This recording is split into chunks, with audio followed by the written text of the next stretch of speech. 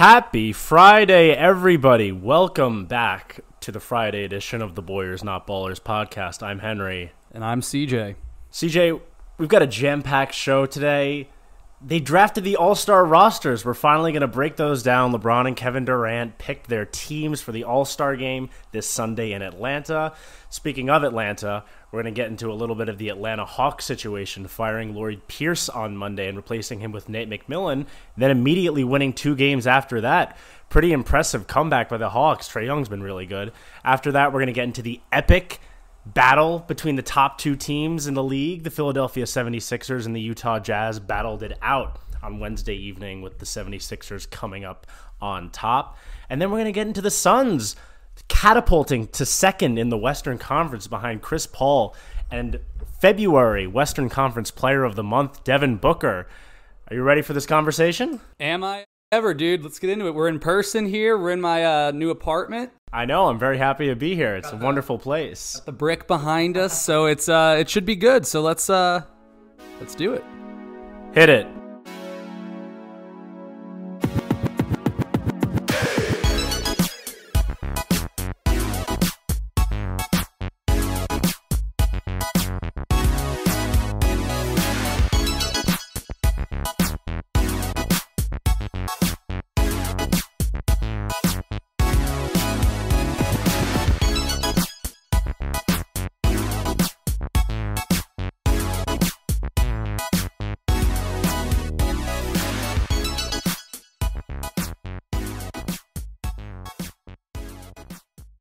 So let's segue here. So the game is being played in Atlanta. Trae Young, the star of the Hawks, will not be there. And he's playing, though, for a team that, as you said, has won a couple games in a row. But they fired their head coach. And the optics of it, I would say, are sketchy. You watch a lot of Hawks basketball, Henry. What's your take on them firing Lloyd Pierce? And is it kind of does it seem sus to you? So I think people in Atlanta circles, people who followed the Hawks, it's something that sort of people expected because he had been underachieving in the past. There had been rumors for a long time. And frankly, the GM and the ownership group have put a lot of pressure on him to win now with this team. So there's been a lot of pressure on Lloyd Pierce this year. And as we know, they're not currently in the playoffs. They're sitting at 11th in the Eastern Conference. They're on the outside looking in. Yeah, they've had a lot of injuries, but when you come into a season with expectations, Trae Young, there have been murmurs that he is pleasantly... There's been rumors that he's been unhappy with the fact that the Hawks have lost so much over the course of his first 2 seasons. And they want to make sure that he's happy. You never want to keep your star waiting and thinking that there could be more. So this it sounds like you're saying this is more of a players thing than... Well, let me just back up for 1 second, though. You talk about ownership and the GM. Yes. It's not the head coach's fault, though, that the guys that are on his team keep getting hurt. Listen, I think Lloyd Pierce is not a great basketball coach, but you also can't judge him fairly based off of the last 2 seasons because nobody was winning with those rosters. Those Atlanta Hawks teams were pitiful. As good as Trae Young was, they had Alex Len getting major minutes last year. They were not a good roster, not a good basketball team. And then this year, when they come in with expectations, they have a couple of big-name free agent signings in Bogdanovich, Gallinari, and Rondo, and Chris Dunn as well. They've all been hurt. Chris Dunn has not played a game. Bogdanovich has missed 2/3 of the season. Danilo Gallinari has missed double-digit games. Clint Capella's missed a few games. And then, I hate to bring it back to him because he's a fan favorite of mine, you lose DeAndre Hunter, who has been excellent for them this season, was averaging 18 points per game, over 60% true shooting percentage, your best wing defender. They were 500 with him in the lineup. They were 9-9 in the 18 games that he had played. And in the minutes that Hunter, Capella, Collins, and Young shared the court together, they were plus 12 per 100 possessions. They were a very good team with those 4 guys. And they haven't had them healthy for the whole season. Hunter's missed almost half the year now. Capella's missed a few games. And yeah, Trae and Collins have been together the whole time. But Capella and Hunter are the defensive aspect of those 4 stars. And you can't really judge Lloyd Pierce as a bad coach because when he's had his 4 best players on the court together, they're good. They're winning. But when he doesn't, they're losing because Cam Reddish has been, frankly, a big disappointment. Rajon Rondo looks toast. He only turned it on for the last month and a half last season with the Lakers, and as someone who also follows the Lakers intently over the last 2 seasons in regular season, Rondo's been terrible, and he's looked the same for Atlanta. Bogdanovich has been hurt. Gallinari had an amazing shooting game against the Celtics, was one of the most magnificent shooting performances you've ever seen, but frankly has otherwise been pretty bad this season, especially on defense. He looks ridiculously slow-footed. It's just a lot of guys. I mean, we've talked about the Hawks a few times. Like, they definitely have talent. They definitely have a lot of players. A lot of guys who get minutes. I mean, it's just in mid-season, like, coaching firings are always looked at least by me, with some skepticism. And it's always a little bit odd. And for the coaches, you know, I get it that the Hawks have underachieved, but they are right there. I mean, Lloyd Pierce missed a couple games also because he had a baby, I'm pretty sure. Yes, he did. And so, he had a child and missed 3 games in which McMillan coached. And so, listen, and McMillan, you know, has had coaching experience as well. He was a good head coach with the Pacers for a long time. He was a good coach for them. They fired him because of lack of postseason success, but if you ask people around the league, everyone respects Nate McMillan and his coaching expertise. Yeah, so I think we'll see what happens with the Hawks. I still think they get into the playoffs, but, you know, we'll see. And maybe this is just about making their guys happy. I don't know. But when I saw that he was fired, I was definitely a little bit surprised. Yeah, it's surprising the fact that it came, I think, in a shortened season. And mid-season firings are generally more uncommon in basketball because if you're a terrible team and you know you're going to fire your coach, you want to get a better draft pick, so you're going to continue to be bad under him. And generally when a team fires a coach, they improve after that because, you know, the guys rally around the new head coach, he installs good game plans. Like, the other coaches are not quite ready for what he's going to throw at them because he wasn't the head coach all season. No. And I think the most concerning thing about the Hawks is the general manager, Travis Schlenk, picked 4 guys technically. I keep forgetting about Chris Dunn because he hasn't played at all. But they picked 3 guys, Bogdanovich, who you can't really take much away from because he's missed so much time, Gallinari, who looks washed, and Rondo, who also looks washed. So Travis Schlenk had this really young team. Trae Young's in his early 20s, Cam Reddish in his early 20s, Kevin Huerter in his early 20s, DeAndre Hunter in his early 20s, John Collins in his early 20s. All young guys who were first-round picks, talented players. And instead of trying to, like, grow this roster and develop these guys organically, he brings in 3 pretty big-name players to compete with them for minutes. And especially for guys like Huerter and Reddish, who have struggled this year, I think that might have hurt their psyche a little bit coming into this season when they were former first-round picks, and they were probably sort of promised that, oh, we're going to let you grow with Trae and John and Clint and DeAndre, and you're going to become like a really important secondary pieces to this team. And then you bring in 3 pretty big-name guys to come take minutes from them, and I think that's probably hurt their confidence a little bit, especially Reddish, because Reddish, he's missed a few games in a row now due to a sore Achilles, but even when he's played, he looks like he doesn't have a lot of confidence in himself. Yeah, and I guess that's where you can blame the coach for that. But again, I mean, if the coach is on the hot seat, the GM's on the hot seat too. Yeah, and Well, the coach is off the hot seat because he fired Lloyd Pierce. But my point stands, though. Will there be pressure on the GM, you think, if they don't turn it around? Because that's the next guy to blame. If the Hawks don't make the playoffs this year, honestly, even if they make the playoffs and get immediately bounced, like if they get that 8 or 9 seed and then get like plastered by Indiana or Miami or someone, because the East is so close right now, nobody really knows where anyone's going to fall for sure outside of the top 3. I think Travis Schlenk is very likely to be fired.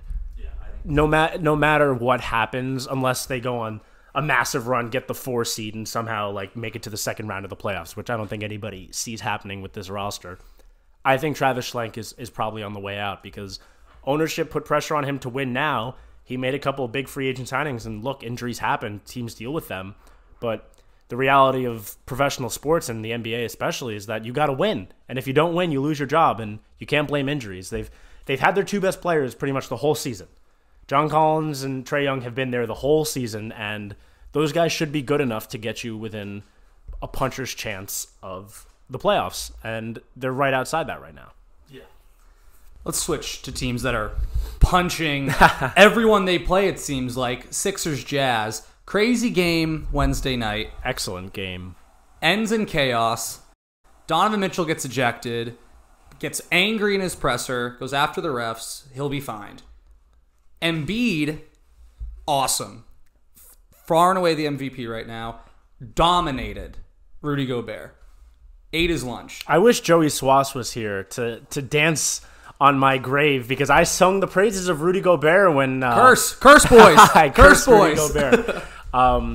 And then it was interesting to see the top 2 Defensive Player of the Year candidates. One, Rudy Gobert, get his lunch eaten by Joel Embiid, and then Ben Simmons was not matched up with Donovan Mitchell for most of the game, but in the fourth quarter and overtime when Simmons was on Mitchell, utter domination. Yeah, Ben Simmons made Donovan Mitchell look like a 15-year-old. He bullied him. Well, Embiid after also said, like, he knew that going up against Gobert, like, people were saying that he was going to get shut down.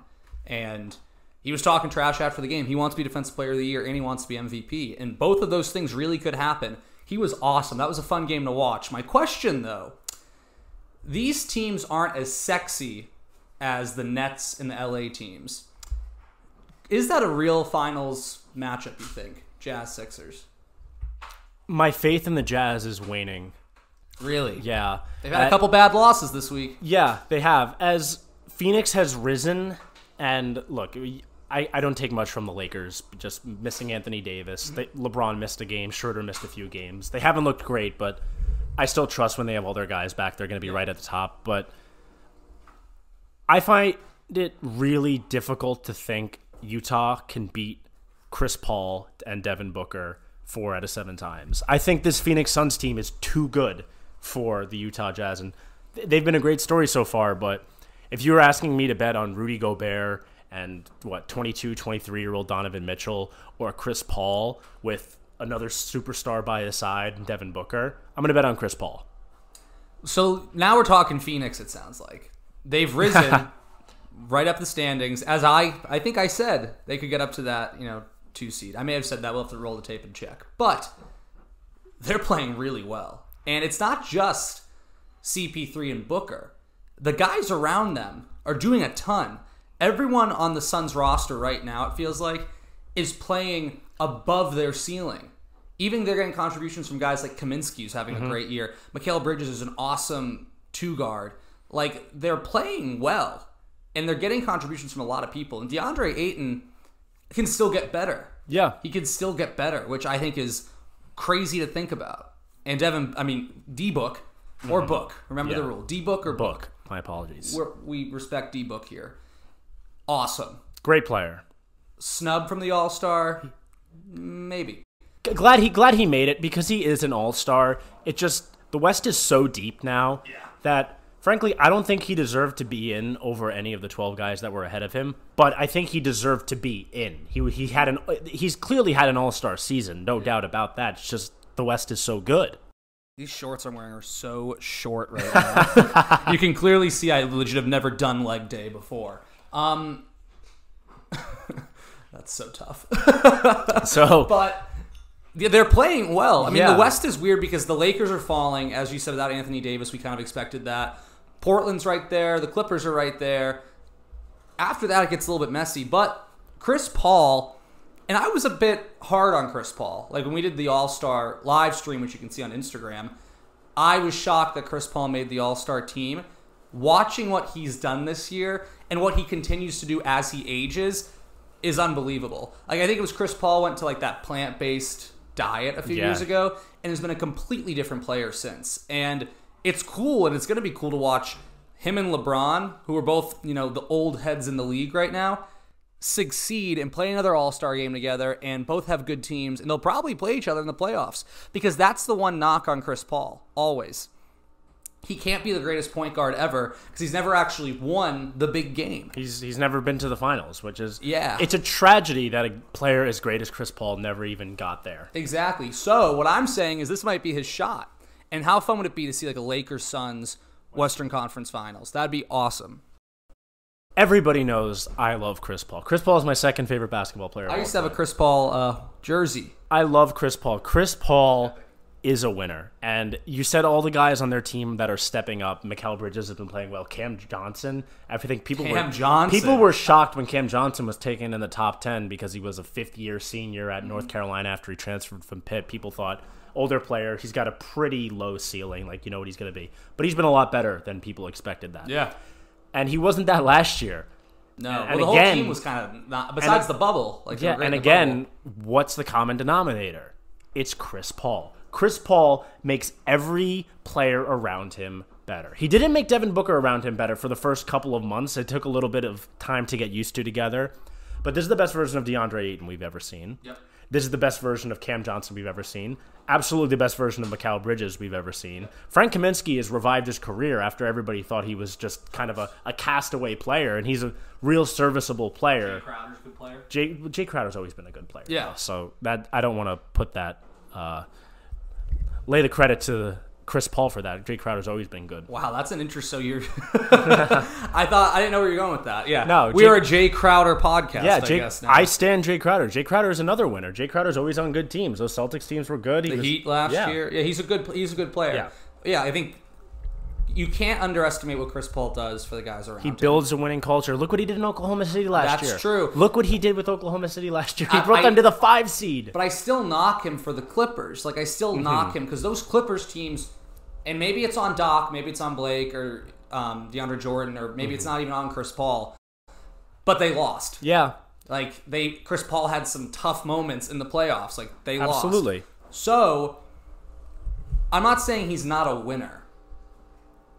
What I'm saying is I hope he does win, because I think those guys that never win the title, never take home like a ship, that follows you. Yeah. And so Chris Paul can never be the greatest point guard, but he is the point guard if he doesn't win. Mm-hmm. With how Devin Booker's playing, because again, they got off to a slow start, and Booker was playing. DBook was worse than he typically has been.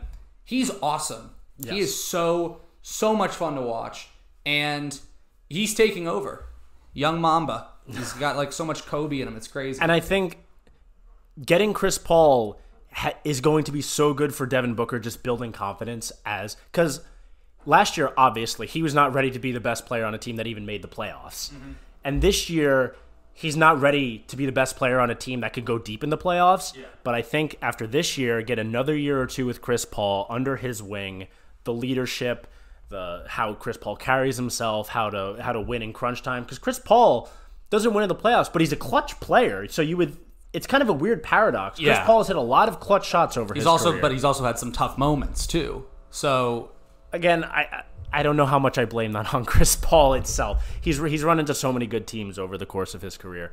But I would be really interested to see, this is years down the line, is Chris Paul going to turn Devin Booker into a player who could be the best player on a team that could go deep in the playoffs? Because everybody said Devin Booker's got the talent. He's insanely talented. He's a wonderfully gifted scorer.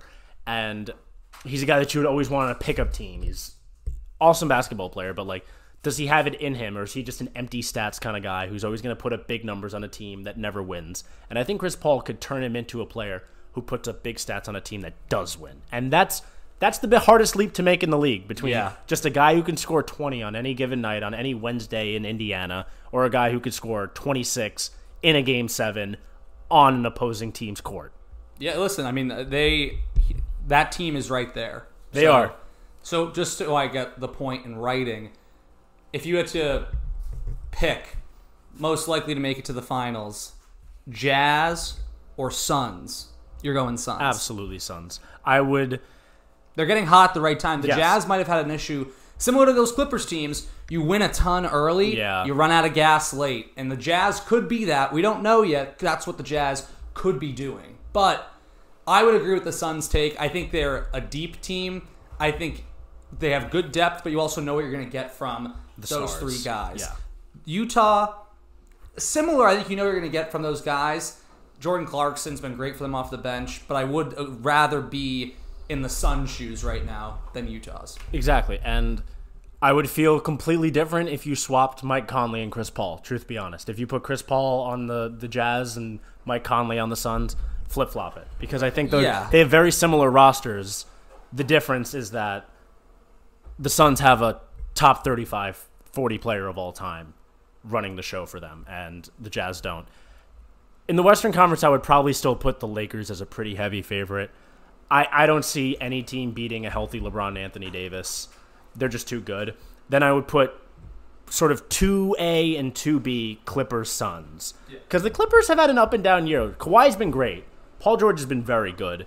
They've both missed a good amount of games. They always seem to. Paul George has missed more than Kawhi. And Kawhi started off not load managing, but he's really picked up the load management in recent weeks. So I think the Suns and the Clippers are sort of second contenders in the West right now. And then I'd say the Jazz are probably like maybe a level below that. I think the Suns have really proven themselves to be a better team. The Suns beat the Lakers. I know, again, the Lakers were without Anthony Davis, but Devin Booker got ejected in the second half. And I think Chris Paul in total took 5 or 6 shots, and the Lakers were not really even competitive in that game. The Suns pretty much held them at bay the whole time, and that's just Chris Paul. The DBook ejection, I'll get to a little bit later. The DBook ejection was just ridiculous. And then so stupid. And then the Donovan Mitchell ejection, which was also pretty stupid. Also stupid. I mean, what? Like, no disrespect to refs here, even though this is blatantly disrespectful to refs. But like, if someone says "fuck you," like, isn't that part of the job? And my friend is a soccer ref, and he's always like, "People are so mean to refs," and he's right. We could probably be nicer to refs, but like, ejection for profanity is so silly. It's like that tweet from a long time ago. I always cite this. When Draymond Green, someone got ejected in one of the NBA Finals, and they were like, this person like blinked at the ref and got ejected, and Draymond was on book 4, chapter 7 with the refs. Like, some guys just don't get ejected. Like, I feel like Brad Stevens is an example of a quiet guy, and if he raises his voice once, he gets like tossed. Like, it's just like, it's so stupid. So I'll talk about the DBook ejection in a minute. I think in general, refs should be quick to call the first technical foul, but I would be so cautious to call the second tech.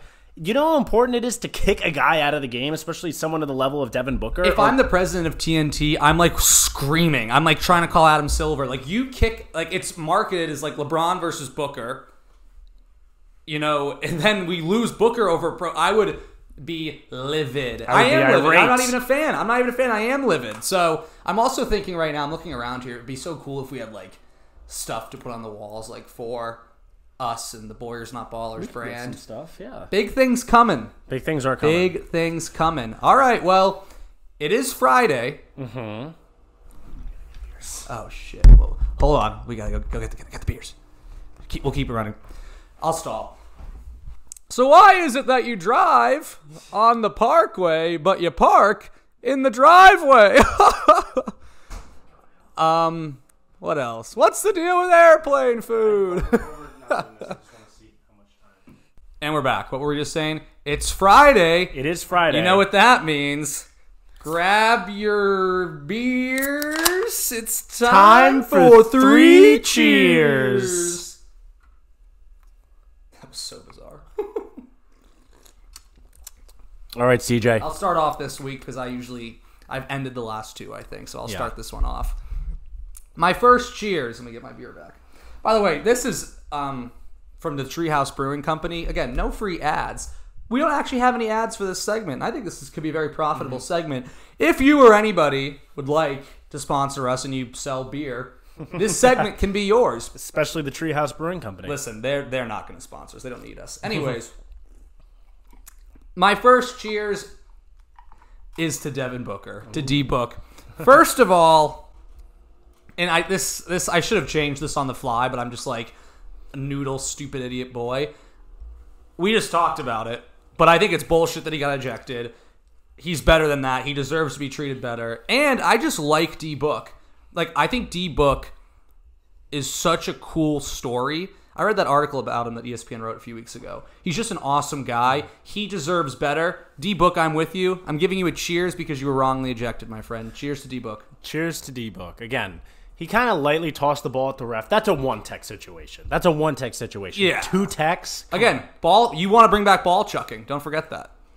Yeah, that's 1 technical. It should not be more than. You have The extent you have to go to get a second technical should be astronomical. You should probably have to borderline punch someone to get a technical to get you ejected. And we're not pro punching refs. No, very anti-punching. Or players. Well, players, I mean, I don't really care. All right. You're up, my friend. All right, my first cheers is to TJ McConnell of the Indiana Pacers. Had a triple-double with steals. 9 steals in the first half, an NBA record. There have never been that many steals in a half in NBA history.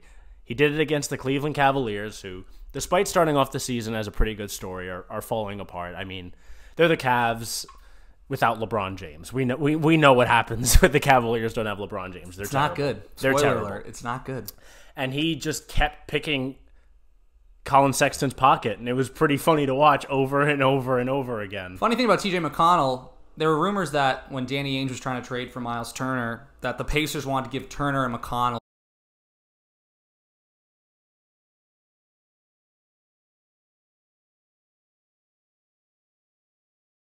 All-Star draft time, baby. Oh, wait. Who do you think's going first? Joe. Embiid? Joe Embiid. I think It's going to be Embiid, Curry, or Giannis. But I'm pretty sure it's going to be Embiid. it's LeBron picking. Yes. I think he could maybe take Steph Curry. He's not taking Curry. No. He's going to take Curry and Kyrie. Unless LeBron takes Curry first. That's why I think LeBron's going to take Curry, so Durant can't. Yeah.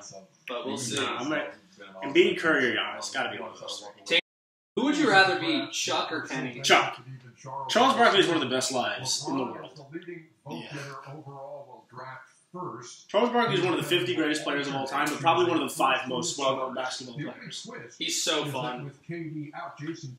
With my first pick in the 2021 All-Star Game, Nice. Team LeBron selects Giannis Antetokounmpo. I told you he wouldn't be last! I told you he wouldn't be last! Come on. You hate Giannis too much. I do. I think he's so boring. He has 2 MVPs! Boring. He's going to take For Curry. the second pick Or in Kyrie. 2021 in the All-Star Draft, I'm going to select Kyrie Irving. Yeah. Oh. Brooklyn teammate goes to Kevin Durant. Now he's going to take Curry. He could have gotten him last. Yeah, he could. Yeah. LeBron and Kyrie hate each other. Of course LeBron's not taking My second pick, Team LeBron selects Steph Curry. Chef Curry. Yeah. Even though Yes. they Warriors. Chef Curry's a great name. That is a good nickname. What would your nickname, if you had like a basketball player, what would your nickname be? And Steph. He's going to take Embiid. So go ahead, Kevin. For me, well, my second pick, I'm going to go Joel Embiid. Yeah. Who was that guy in the Mavericks? He was the custodian. That was a great nickname. Ryan Cardinal. Ryan Cardinal. Oh, LeBron is 100% going Kawhi here. Kawhi, for sure. I like that. All right, LeBron. With my third pick, I'm going to go with Luka Magic Luka. from the Dallas Mavericks. He does love Luka. He personally loves him. It's over. What do you mean? Okay. This team wins. Yeah, This team is sick.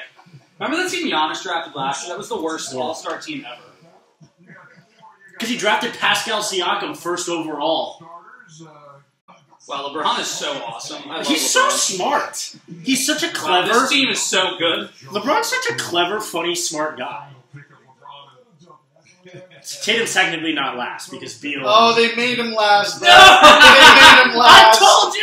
I told you he'd be last! Bradley Beal, who has 21 games of 30 or more, and Jason Tatum. That black-looking Celtics jersey was sick. That's awesome. That was cool. His ranking in the voting and the balloting was moved into the starting field. So LeBron is going to annihilate this team. Like, if LeBron had a gray beard, that would be freaking sick. He had like graying in his beard for the First pick 1 year as well. Remember Katie's burner account? Yeah. He had several. He says he still does and is not going to give him up. To fit my skill set, with my first pick, and then kind of understand. This is where it's interesting. Yeah. First pick reserves. Taken before KD, we need to Whoever was the Damian first Lillard taken will be before first KD, pick. KD need to bring him to his Hall of Fame speech like him. Last time KD was a number 2 pick, he was 3. Kevin, you got the first pick among the reserves. Wait, was it Greg Oden? Yeah, that's what I was saying. Greg Oden's picking for him. He's gonna take Dame. I mean, this is a pretty obvious pick. Oh, Harden. Wait, is it? Oh, Sounds like some Brooklyn Nets. I'm gonna go with that. oh yeah, Boo. I forgot about Be that. creative! Forgot. DBook. Show Handsome. And So handsome. Devin Booker goes to right there. That could be a problem. Anyway, Mm. trades are allowed. Only Yeah, remember when LeBron traded Russell Westbrook for Ben Simmons a couple years ago? With my second pick in the second round, I'm Ben or gonna Chris? go with Ben or Chris? Ben Simmons. Yeah. Mr. Play Hard. I'm going Zion Williams. Wow, Zion. Disrespect to Jaylen Brown. I won't stand for this. Sorry, Zion's better than Jalen. He's not. Yes, he is. I'm just in LeBron's head. I know what he's doing. Vucevic is not going to get picked. Like, Vucevic is going to be bringing water out to people. MVP conversation also. Chris Paul. Holy shit. If Jalen Brown's the last pick of the reserves, If Jaylen Brown's last pick of the reserves, I'll shave my beard to a goatee. do we have this? Yeah, I have on that. camera? If Jaylen Brown's the last pick, I will shave my beard to a goatee. I will not stand for this. Ain't no bad picks here. Except Vucevic. LeBron has the next one. Shut up, Vucevic's good. Man, with my fourth pick, He's gonna go Randall. wow, I'm going to go with Jalen, Oh. underappreciated Brown. Hell yeah, he is underappreciated, LeBron. No goatee for me, no goatee. All-star in 20. Love JB. My Remember God. when he had no beard and a high top, and now he has no hair and a full beard? Dude, his high top in the NBA 2K games is so high. Like, it's like this tall. Pick in the second round. This guy is going crazy this year. Julius First round Randle? All-Star. Julius Randle. Julius Randle. Mm. Nobody, New York. nobody respects the Utah Jazz. No. I'm really happy for Julius Randle this year. You think LeBron will be a broadcaster after he retires? No. This year for sure. LeBron's got way bigger things. Yeah. In the second round. Paul My George. pick in the second round. It's the only time I'll root for this guy or this team because we are enemies. Nah, I'm just making that up. Yeah, Paul I'm George. going with Paul George. Playoff P. And Pandemic P. Pandemic P. There were 4 names left. 2 of those play for the team with the best record in the NBA. Yes, because no one respects the Jazz. He's gonna take Sabonis. the sixth pick in the second round for Team Durant. This guy's been playing in Orlando for the last few years. I'm going to go with Vucevic. What? Vucevic went. I swear to God, are the 2 Utah Jazz players going to be the 2 last picks? All-star. They call him Vucevic, and he is on Team Oh, Durant. pick Sabonis, LeBron. Just do it. Yeah, I got to get a little size. You know, Yeah, he's gonna lacking take. a little size with my second group. So with my sixth He's going pick, to take Gobert. I'm going to go with Big Sabonis. Oh! They don't respect the Utah That's what I Jazz. said! Big Sabonis. Was not voted a reserve, but because of the injury. Well, first of all, he should have been on reserve right off the bat. But this, I'm not going for this. I'm not going for this Utah Jazz slander right now.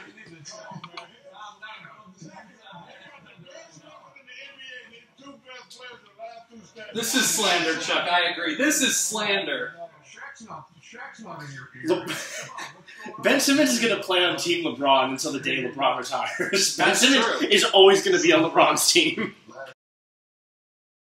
And Mr. COVID himself, the last pick. Rudy Gobert. Jesus. He's down so bad. Embiid embarrassed him, and then LeBron just embarrassed him. This is He's not even smiling.